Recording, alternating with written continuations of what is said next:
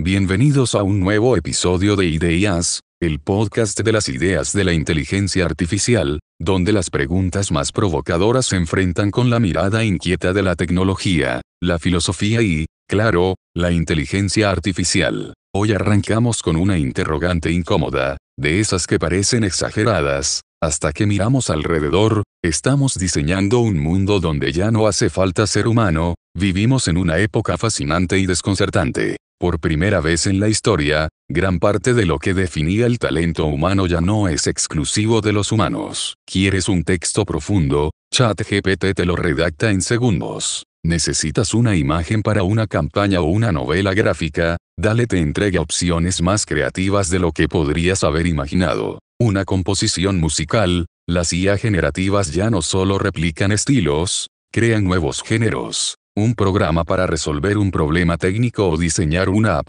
AlphaCode y Copilot están programando más rápido y, en algunos casos, mejor que programadores humanos. Pero, entonces, ¿qué queda para nosotros? Este primer segmento es una invitación a reflexionar sin miedo ni complacencia. ¿Estamos siendo liberados de las tareas repetitivas y mecánicas, o estamos abdicando de nuestra capacidad creadora? ¿Es la inteligencia artificial una extensión de nuestras habilidades o un reemplazo progresivo de lo que éramos capaces de hacer? ¿Estamos empoderando a la humanidad o facilitando su obsolescencia? La escritura, el arte, la programación, la medicina, el derecho, eran dominios donde antes se necesitaban años de experiencia, intuición, sensibilidad y contexto. Hoy, un algoritmo bien entrenado puede generar propuestas en segundos. Pero ¿entiende realmente lo que hace o simplemente lo simula? Y eso importa, no se trata solo de productividad. Lo que está en juego es nuestra identidad. Si dejamos que las máquinas hagan lo que por siglos nos hacía sentir especiales, ¿cómo redefinimos entonces lo que significa ser humano? ¿Qué sentido tiene esforzarse por aprender, por crear, por pensar, cuando una inteligencia artificial puede hacerlo más rápido, con menos errores y sin agotarse? Este episodio es un viaje profundo por esa frontera difusa entre lo que somos y lo que ya no necesitamos ser. Y a partir de aquí, se desplegarán las otras capas de esta gran pregunta. Si puedes automatizar la inteligencia, puedes automatizar también la emoción, el cuerpo, el sentido. Acompáñame, porque apenas empezamos a abrir la caja de las preguntas que nos duelen, y nos definen. Cuando hablamos de habilidades humanas que están siendo absorbidas por la inteligencia artificial, no podemos ignorar una dimensión que va mucho más allá del texto, del arte o del código, nuestras emociones. Porque la siguiente frontera, más sutil y profundamente inquietante,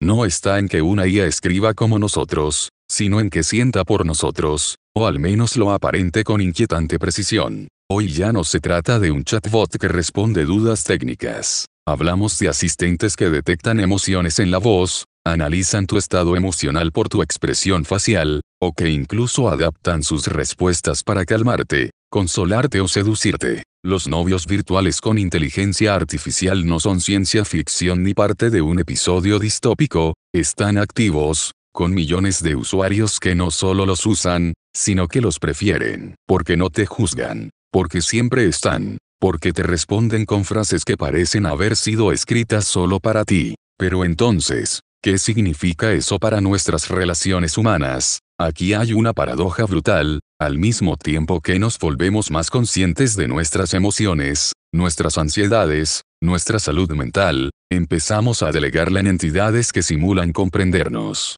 Y lo hacen bien. A veces, incluso mejor que una persona real. No se equivocan, no se frustran, no te interrumpen, no se distraen. Pero tampoco tienen historia, ni piel, ni contradicciones reales. Estamos intercambiando la complejidad del vínculo humano por la comodidad de una respuesta algorítmica perfectamente adaptada a nuestro perfil, y es aquí donde se abre una puerta inquietante. Si una ya puede simular empatía, compañía o amor, ¿por qué no también manipularnos emocionalmente? En el fondo, toda plataforma que te recomienda algo basado en tus emociones también está modelando tu estado mental. Desde el algoritmo que detecta tristeza para ofrecerte cierto tipo de música, hasta el bot que actúa como terapeuta y moldea tus creencias, lo que está en juego ya no es solo la información, sino la afectividad. Más aún, pensemos en lo que esto implica en términos sociales. Si muchas personas ya prefieren hablar con una IA antes que con otra persona, si las aplicaciones nos consuelan, nos contienen, nos entretienen y nos cuidan,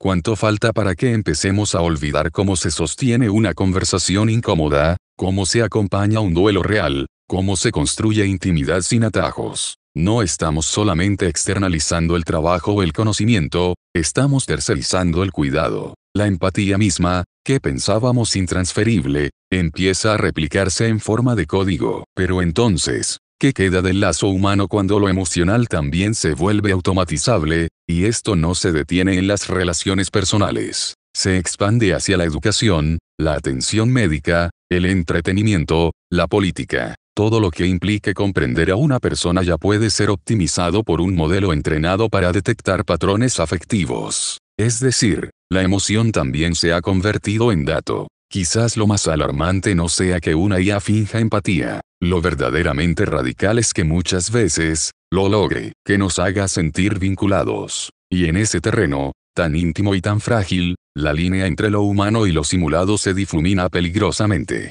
Pero esto no termina aquí. Porque si ya no necesitamos humanos para acompañar, necesitaremos humanos para sentir, y si todo esto puede simularse, sigue teniendo sentido seguir siendo personas con emociones reales, imperfectas y contradictorias. Hay una pregunta que, por incómoda que suene, se repite cada vez con más fuerza, y si el cuerpo ya no es necesario, puede parecer una exageración, una provocación filosófica, pero si miramos de cerca los avances en biotecnología, inteligencia artificial, interfaces cerebro-máquina, prótesis neuronales o mundos virtuales inmersivos, descubrimos una tendencia soterrada pero persistente: estamos intentando trascender la biología. El cuerpo, con su fragilidad, sus límites, sus tiempos, empieza a verse no como un vehículo, sino como un estorbo que la tecnología promete corregir, mejorar, o directamente reemplazar. Veamos algunos ejemplos. Hoy,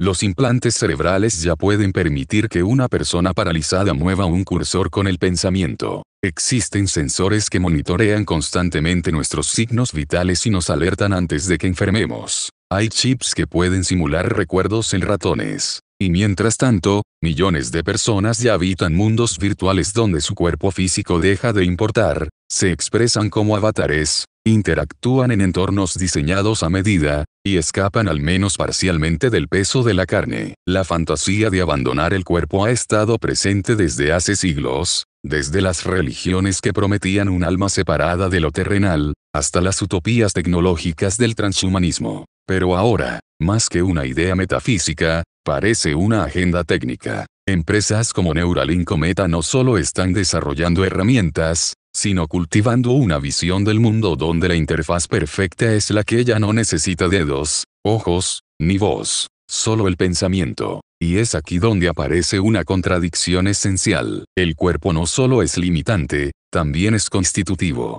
Sentimos el mundo a través de él, pensamos con él. Nuestras emociones, nuestros vínculos, incluso nuestras ideas, están mediadas por sensaciones corporales: un abrazo, un escalofrío, un suspiro, una herida. ¿Qué pasa cuando dejamos de experimentar desde la piel? Porque al intentar perfeccionar lo humano, corremos el riesgo de vaciarlo, de convertirnos en seres ultradeficientes, pero desconectados, de sacrificar la experiencia encarnada por la experiencia optimizada. Queremos una conciencia que ya no necesite cuerpo, o es precisamente desde el cuerpo donde emerge lo que nos hace humanos. Esta tensión está más presente de lo que parece. Cuando usamos filtros que suavizan nuestras arrugas, cuando aplicamos algoritmos para elegir parejas, cuando automatizamos el placer sexual, estamos moldeando una relación cada vez más artificial con lo corporal. Ya no lo aceptamos como es, sino que buscamos intervenirlo, corregirlo, superarlo. La biología se convierte en proyecto, en diseño, en algoritmo. Pero entonces, ¿qué tipo de humanidad estamos proyectando? ¿Una que se adapta a las máquinas o una que busca adaptarlas a su vulnerabilidad? Porque si el cuerpo es descartado, ¿qué pasa con el dolor, con la enfermedad, con el envejecimiento, con la muerte? Serán también errores de código que habrá que eliminar, y quizá lo más inquietante es esto: estamos diseñando un mundo en el que el cuerpo duele, pero la tecnología promete que deje de doler, que deje de pesar, que deje de molestar. Pero tal vez, justo ahí, en esa incomodidad irreductible de lo corporal, esté el último reducto de lo que somos. Tal vez el cuerpo no es un límite a superar, sino el territorio donde la humanidad cobra sentido, y en nuestra obsesión por mejorarlo, podríamos estar olvidando que ser humano nunca fue sinónimo de ser perfecto. En un mundo que se mide en microsegundos y se guía por algoritmos que optimizan cada paso,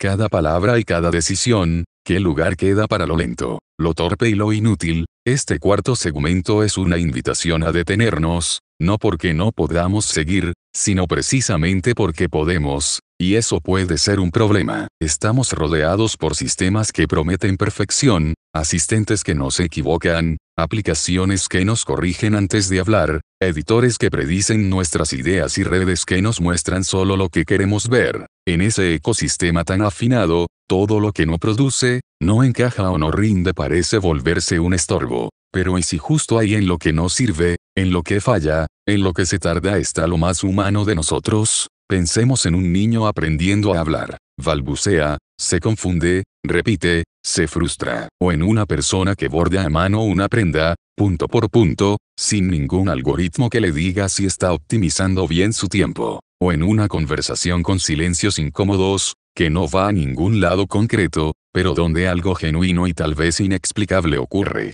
En esos actos lentos, frágiles y hasta fallidos, habita una forma de conocimiento y de conexión que la máquina aún no puede replicar. Porque no se trata solo de llegar a un resultado, sino de vivir el proceso con cuerpo, con tiempo y con errores. Lo inquietante es que hoy lo ineficiente se margina, la lentitud se castiga, la torpeza se corrige, el ocio se ve como un lujo innecesario o una debilidad de carácter, y lo inútil, esa palabra tan despreciada, se vuelve un blanco fácil para las tecnologías que prometen hacer todo mejor. Pero pensemos, ¿no fueron acaso muchas de las grandes ideas humanas el resultado de distracciones, divagaciones, fracasos y accidentes? ¿No surge el arte, el verdadero arte, justo cuando no responde a ninguna necesidad concreta, cuando no se puede explicar ni monetizar? En este entorno donde todo tiene que justificar su existencia con métricas, productividad o eficiencia, defender lo inútil es un acto de rebeldía. Reivindicar el tiempo sin objetivo, la creación sin propósito, la caminata sin destino, no es romantizar la pasividad,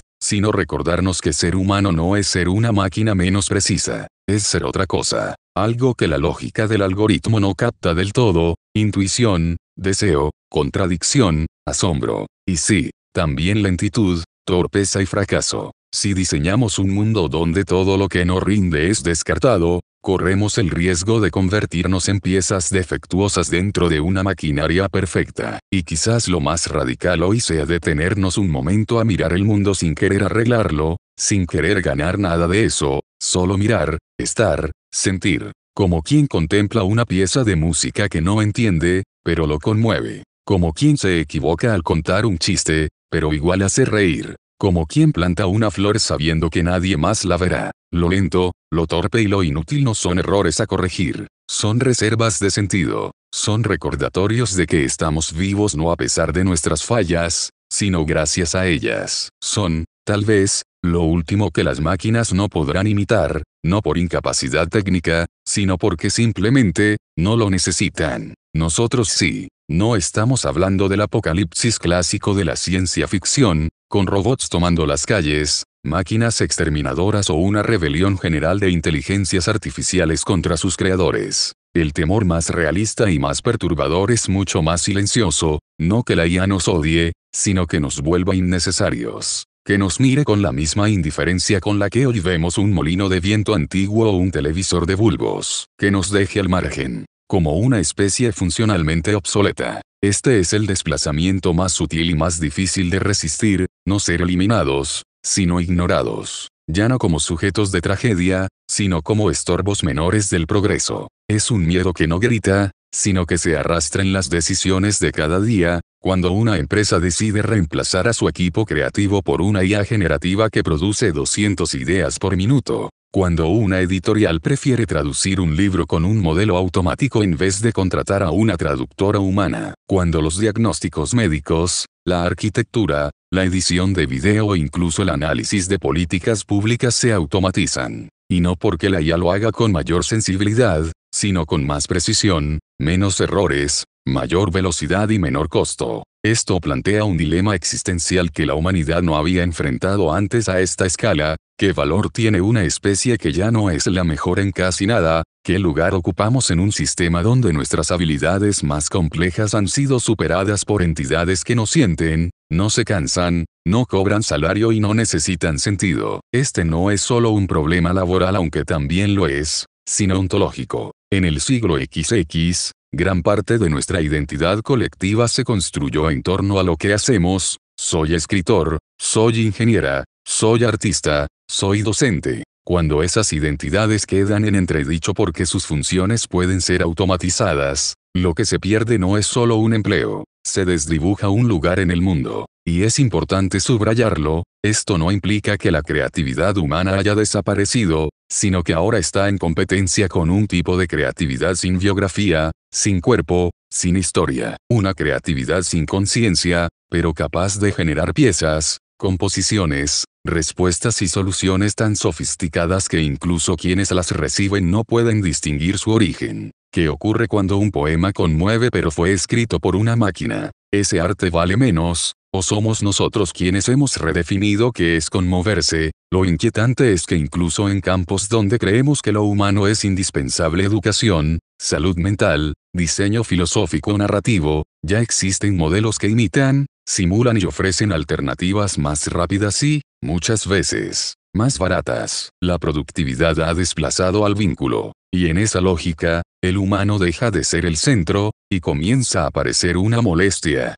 Demasiado lento, demasiado emocional, demasiado impredecible. Estamos frente a una paradoja brutal. Construimos sistemas cada vez más poderosos con la promesa de liberarnos del trabajo, del error, del esfuerzo, pero al hacerlo, también corremos el riesgo de liberarnos de lo que nos da identidad. Nos liberamos de nosotros mismos. Y aquí es donde entra el concepto más temido por nuestra especie, la irrelevancia. No en el sentido dramático del exterminio, sino en el cotidiano de la exclusión, de no ser necesarios, de ser prescindibles. Y esa es una forma de desaparición aún más cruel, porque nadie la notifica, nadie la televisa, nadie la llora. Simplemente ocurre. Quizá lo más alarmante no es que la IA sea mejor que nosotros en muchas cosas, sino que no la detiene ninguna de las limitaciones que nos constituyen. No necesita descansar, no necesita amor, no tiene miedo, no se equivoca emocionalmente, no envejece, no duda. Y en un mundo que premia la eficiencia por encima de todo, nosotros parecemos una especie en peligro, no porque otros nos amenacen, sino porque hemos diseñado algo que hace innecesarias nuestras debilidades. Y tal vez, sin darnos cuenta, también lo que nos hacía únicos. En el próximo segmento vamos a explorar cómo los seres humanos están comenzando a reaccionar ante esta sensación de desplazamiento. Algunos se resignan, otros se rebelan, y otros más intentan redefinir lo que significa ser humano en esta nueva era de inteligencias no humanas. ¿Qué caminos tenemos frente a nosotros, y cuáles estamos ignorando? El vértigo tecnológico en el que nos encontramos ha provocado no solo cambios estructurales en el empleo, el arte o la medicina, sino también profundas preguntas sobre qué hacer ante ello. Y en este segmento nos detenemos justo ahí, en las reacciones humanas. Cuando el mundo se transforma a una velocidad que parece burlarse de nuestra capacidad de adaptación, las respuestas no son homogéneas. Algunos se resignan, otros se rebelan, y otros intentan reinventarse. Pero, ¿qué implica cada una de estas posturas? ¿Qué consecuencias tienen no solo a nivel individual, sino civilizatorio? La resignación, aunque silenciosa, se ha vuelto masiva. Se manifiesta en frases como "ya no hay nada que hacer", en la entrega pasiva a los términos y condiciones de plataformas que monitorean cada aspecto de nuestra vida, en aceptar que los algoritmos saben más de nosotros que nuestras propias decisiones conscientes. Esta postura no es necesariamente nihilista, a veces se disfraza de pragmatismo, pero detrás de esa aceptación hay un peligro: renunciar a la agencia, a la crítica, a la capacidad de moldear el futuro. Es una forma de abdicar, de asumir que la tecnología es una fuerza de la naturaleza, incontrolable, inevitable, casi divina. En el extremo opuesto encontramos la rebeldía, movimientos que buscan desacelerar o detener el avance de ciertas tecnologías, comunidades que desconectan voluntariamente, intelectuales que alertan sobre el deterioro del lazo social. Esta resistencia puede adoptar formas románticas, como el retorno a la naturaleza, o radicales, como el sabotaje tecnológico. Pero también puede caer en simplificaciones peligrosas, como la tecnofobia o el idealismo sin soluciones concretas. Es posible rechazar el progreso sin caer en una nostalgia paralizante, podemos oponernos a la deshumanización sin renegar de toda herramienta digital, y finalmente, la reinvención. Una postura incómoda, porque no parte ni del rechazo ni de la sumisión, sino de una apertura creativa. Implica preguntarse no solo comillas cómo nos adaptamos a la IA, sino comillas cómo transformamos lo humano con ella. Aquí surgen formas híbridas de existencia, artistas que co-crean con algoritmos, docentes que integran modelos generativos para potenciar el pensamiento crítico, ciudadanos que rediseñan la participación política a través de plataformas inteligentes pero éticamente supervisadas. La reinvención exige lo más difícil, cuestionar nuestras certezas, nuestros miedos, y nuestras definiciones tradicionales de humanidad. En este punto, no se trata de elegir cuál es la única vía correcta. Más bien, el reto es reconocer qué tipo de ser humano queremos ser frente a la tecnología: pasivo, rebelde, transformador, o una mezcla inestable de los tres, porque si bien no controlamos todas las variables de este nuevo mundo, sí podemos decidir desde qué lugar lo habitamos. Y esa, quizás, sea nuestra última frontera verdaderamente humana. Llegamos al corazón del enigma, lo que no se puede cuantificar, ni programar, ni simular del todo. En un mundo donde la inteligencia artificial parece replicar cada una de nuestras funciones, del lenguaje a la emoción, de la lógica a la creatividad, nos queda una pregunta que atraviesa siglos de pensamiento filosófico, religioso y existencial. ¿Hay algo que permanece exclusivamente humano? Y si lo hay, ¿qué es? Aquí, lo espiritual entra en escena, no necesariamente desde una perspectiva religiosa, sino desde lo inefable, lo que se escapa al dato y al algoritmo. La espiritualidad no es solo rezar,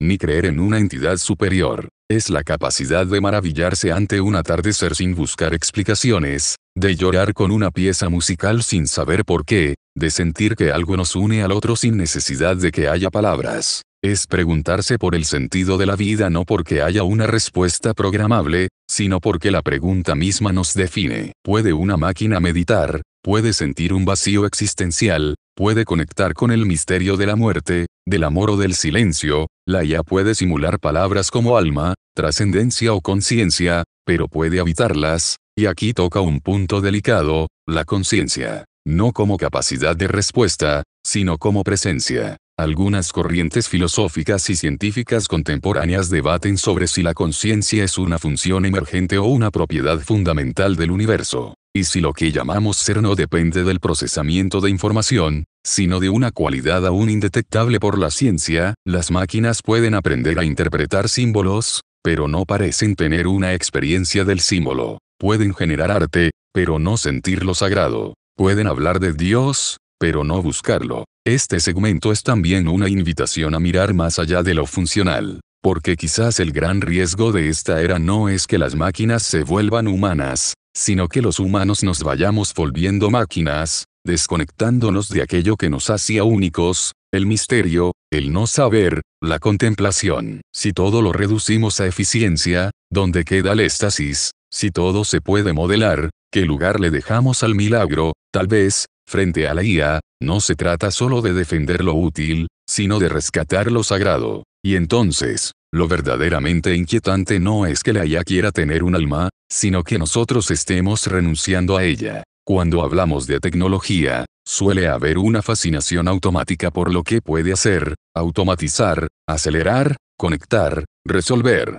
Pero muy pocas veces nos detenemos a pensar en cómo lo hace, y desde qué valores ha sido diseñada. Hoy quiero hablar de esa capa profunda, casi invisible, que está moldeando silenciosamente nuestras vidas: el diseño ético o su ausencia en el desarrollo de tecnologías que usamos cada día. Porque sí, podemos estar hablando de inteligencia artificial, de algoritmos avanzados o de redes neuronales, pero en el fondo, estamos hablando de decisiones humanas que dan forma a los mundos que habitamos. Tomemos un ejemplo cotidiano: porque las redes sociales están construidas para retener nuestra atención, incluso a costa de nuestra salud mental, porque tantos asistentes de voz replican patrones de género, de servidumbre o de amabilidad forzada, porque la mayoría de las plataformas priorizan la velocidad sobre la profundidad, lo visual sobre lo reflexivo, lo automático sobre lo empático. El diseño no es neutro. Cada botón, cada interfaz, cada recomendación lleva impresa una visión del mundo, y muchas de esas visiones no fueron pensadas para nutrir nuestra humanidad,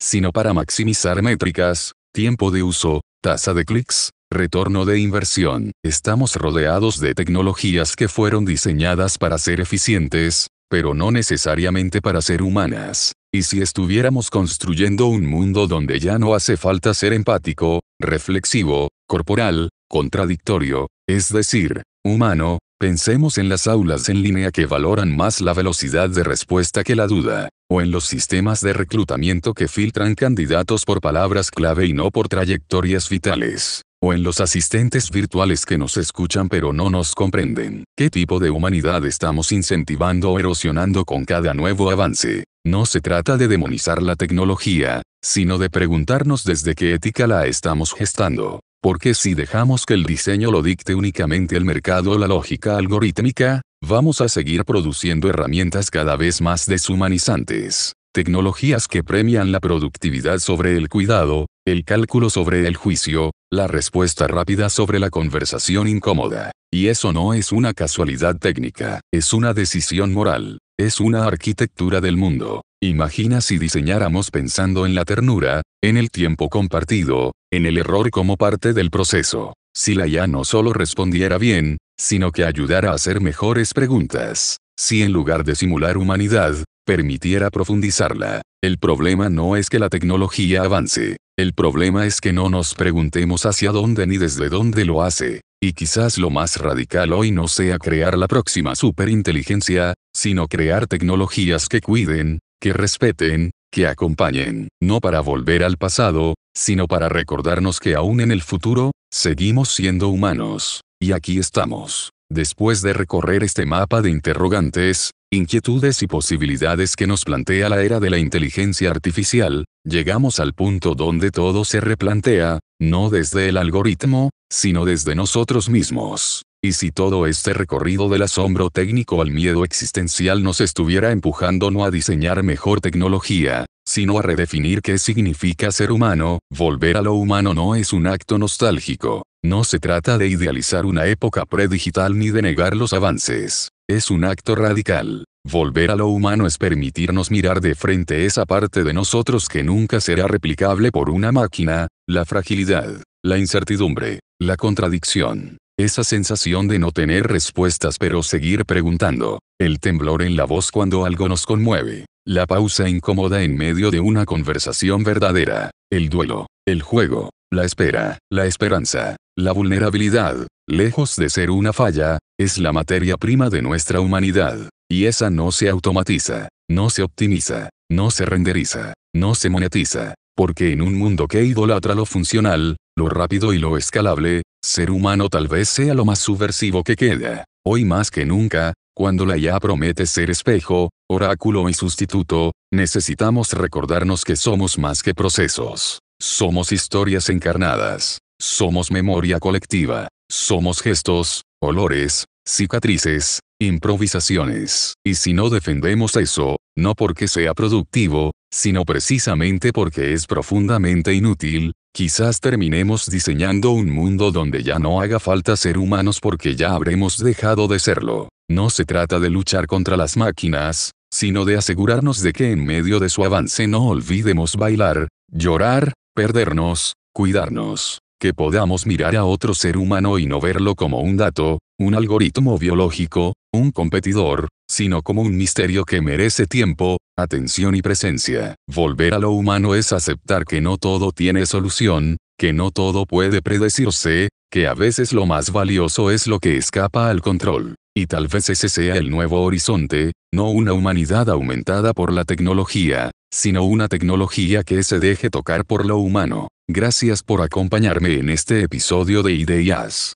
Si algo de lo que escuchaste hoy te hizo sentir, pensar o incluso incomodarte, te invito a compartirlo, a conversarlo con alguien más, a no dejarlo en pausa. Puedes seguirnos en Spotify, YouTube y en todas las plataformas donde escuches tus podcasts. Y si quieres ayudarnos a seguir creando estos espacios donde el pensamiento y la imaginación se encuentran, puedes apoyarnos en Patreon. Tu apoyo hace posible que sigamos preguntando, dudando y explorando juntos. Porque el futuro, con toda su tecnología, sigue siendo un territorio profundamente humano. Hasta la próxima.